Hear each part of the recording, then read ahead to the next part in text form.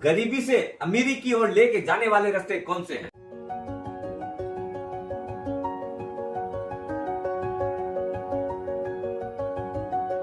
सुप्रभात दोस्तों, आप सभी का एसके फिनोवेट में स्वागत है। दोस्तों, एक आम आदमी इस जो बढ़ती हुई इंडियन इकोनॉमी है उसके अंदर कौन से रास्तों से रिच बन सकता है उसकी आज डिटेल लेंगे। सबसे जो पहली और महत्वपूर्ण चीज है वो है अपने को एसेट एंड लायबिलिटी का फर्क समझना पड़ेगा कि कौन सी ऐसी चीज है जिससे अपने को इनकम आती है वो एसेट है, कौन सी ऐसी चीज है जिससे अपने खरीदते हैं लेकिन अपने को लगता है वो एसेट है। जैसे गाड़ी है, आपका मोबाइल फोन है, ये सारी चीज एसेट नहीं है, सारी लायबिलिटीज है। एसेट से अपने अर्निंग आती है और लायबिलिटी जो अपने खरीद तो लिए प्लस उसको मेंटेन करने के लिए जो पैसा लगता है दैट इज ए लायबिलिटी।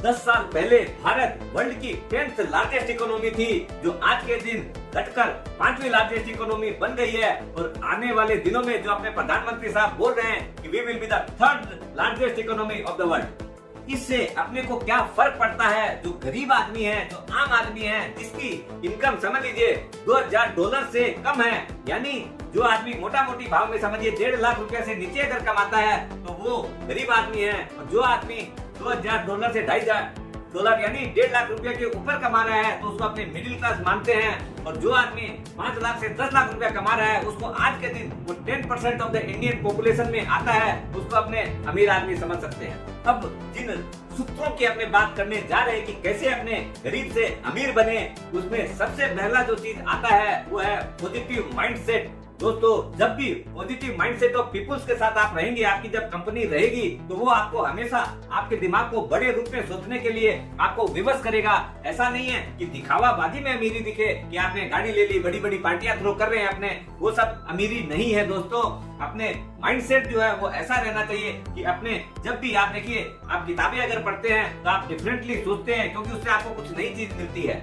दूसरी सबसे महत्वपूर्ण चीज है बजटिंग। दोस्तों, जितने आयाम छोटे रहते हैं उस टाइम में अपने को जो 40 से 50% समझ लीजिए बेसिक नीड्स जो अपने आए दिन के जो डेली नीड्स के हैं, कपड़े हैं, रोटी कपड़ा मकान जिसको बोलते हैं, उसके अंदर खर्च हो जाते हैं। मेड को मेंटेन करना है, बच्चों की स्कूल की फीस है।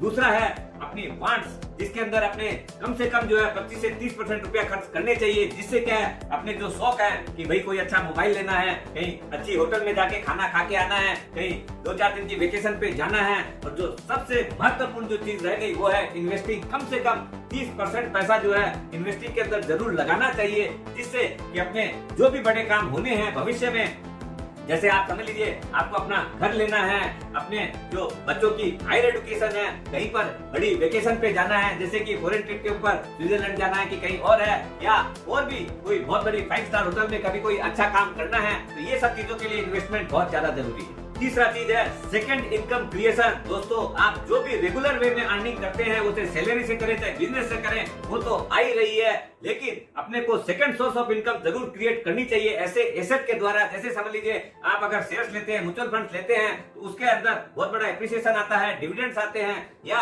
कोई ऐसी प्रॉपर्टी क्रिएट कर लिए, कमर्शियल है कि जिससे अपने को रेंट आता है। इस तरह का काम जरूर करना चाहिए। चौथा और बहुत ही महत्वपूर्ण चीज अपना फाइनेंशियल प्रोटेक्शन। जैसे आप समझ लीजिए अभी कोविड आया था तो बहुत आदमी जो है उनकी फैमिली ही नष्ट हो गई, इसलिए सबसे पहला जो काम होता है वो इमरजेंसी फंड। आपका जो बेसिक नीड्स है उतना रुपया का खर्च जो है कम से कम 3 से 6 महीना और आइडियल सिचुएशन 12 महीने का रहता है, उतना रुपया आप या तो सेविंग्स अकाउंट में या म्यूचुअल फंड के लिक्विड फंड में या शॉर्ट टर्म की एफडी में जरूर रखना चाहिए।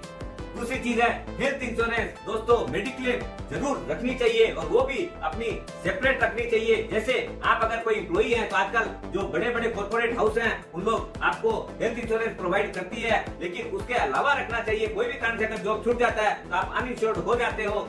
दूसरा, अपने मम्मी पापा की जो इंश्योरेंस है उसको अलग रखना चाहिए।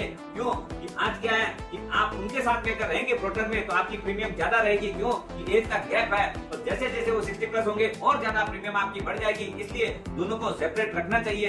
दूसरा, एक केस पॉलिसी लेनी चाहिए और उसके ऊपर जो है टॉपअप बड़ा लेके रखना चाहिए। टॉपअप में क्या है, प्रीमियम कम लगती है। तीसरी है LIC। दोस्तों, हमेशा अगर आपके न होने से आपकी फैमिली कहीं खराब न हो जाए, इसलिए लाइफ इंश्योरेंस जरूर लेके रखनी चाहिए। उसमें भी क्या है, थोड़ी सम इंश्योर्ड ज्यादा लेने के लिए टर्म प्लान ज्यादा बेटर रहता है, कम प्रीमियम के अंदर ज्यादा सम इंश्योर्ड मिलती है और अपनी फैमिली को पीछे से बहुत बड़ा प्रोटेक्शन मिलता है। पांचवा और सबसे महत्वपूर्ण और एक पॉइंट है, वो है don't ignore your men active income. दोस्तों अपने हो सकता है साइड इनकम की और अदर इनकम करने के चक्कर में अपनी जो मेन जो चीज है, कोर जो चीज है, उसको नहीं भूलना चाहिए। अपने जैसे समझ लीजिए अपने कोई भी चीज खरीदते हैं तो अपने पहले कई ऑप्शंस उसके एक्सप्लोर करने जाते हैं। इवन पिज्जा और वो भी खरीदते हैं तो अपने दो साइड से देख लेते हैं किसके अंदर अपने को रुपया कम लगता है। उससे सबसे ज्यादा जो चीज रहती है अपनी, अगर आप समझ लीजिए जॉब ही करते हैं तो अपनी कहीं अगर जॉब चेंज करना है, उसके अंदर भी क्या है कि अपने को बहुत अच्छे से सावधानी से अपना सारा चीज एक्सप्लोर करके फिर ही काम करना चाहिए। इसलिए दोस्तों अपने सबसे ज्यादा और जो चीजों की जरूरत है उसमें है ओनिंग ऑफ द एसेट्स। अभी भी देखिए भाड़े में आप रहते हैं, रहना पड़ रहा है वो अलग बात है, लेकिन चेष्टा यही रहनी चाहिए कि कैसे अपना घर हो जाए। और ये जो इंडिया की जो इकोनॉमिक ग्रोथ कर रही है, इसके अंदर अपने आप को गरीबी से अमीरी की तरफ लेके जाना है, लेकिन उसके लिए अपने जो पॉइंट डिस्कस किए हैं उसको ध्यान में रखकर ही आगे बढ़ना है। स्वस्थ रहो, मस्त रहो और अपने आप को गरीबी से अमीरी की तरफ लेके जाओ देश की इकोनॉमी की ग्रोथ के साथ।